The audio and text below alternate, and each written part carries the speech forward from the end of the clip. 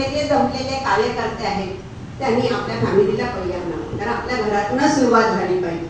आपल्या बायकोला, आपल्या मुलांना आपले पण विचार कळायला पाहिजे की माझे पप्पा काय विचार करतात, माझे मिस्टर काय समाजाविषयी किंवा काय धोरण ठेवतात, हे त्यांना पहिले माहिती झालं पाहिजे. मग हे चळवळीमध्ये येतील. आज हा मोबाईल 10-12 लोकांचा, पण प्रत्येकाच्या फॅमिली आले असते तर 50 लोक झाले असते आणि आपल्या मुलांना, बायकांना हे विचार समजले असते.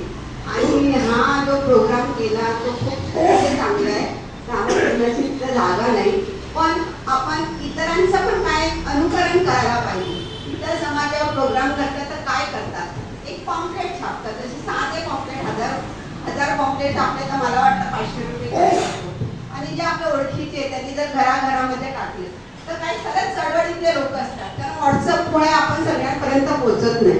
त्यांचा व्हॉट्सअप डिलीट आहे, यांचा व्हॉट्सअप डिलीट आहे, यांचा व्हॉट्सअप डिलीट, तेवढ्याच लोकांपर्यंत पोहोचतो. म्हणजे आपण 100 लोकांना जर व्हॉट्सअप थ्रू गेलो तरी 50 लोक येणार किंवा 30 लोक येणार.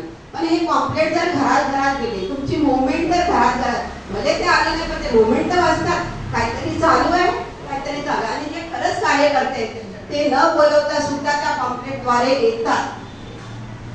ते असं म्हणजे मी जे बोलते ते कोणाला वाईट वाटू नये. आता स्वामी समर्थाच्या बैठकी होतात, दादाने सांगितलं घराघरातून होतात, तर अगदी बायकांना प्रोत्साहन करतात, जबरदस्तीने प्रोत्साहन करतात, त्यांना यायला बी करतात. आणि त्याच्यातून त्यांचं आणि त्याच्यातून ते खूप मोठे म्हणजे अगर रस्त्यावर ते चालायला लागले ना त्यांची मोमेंट, तर तुम्ही हातरून जाणार.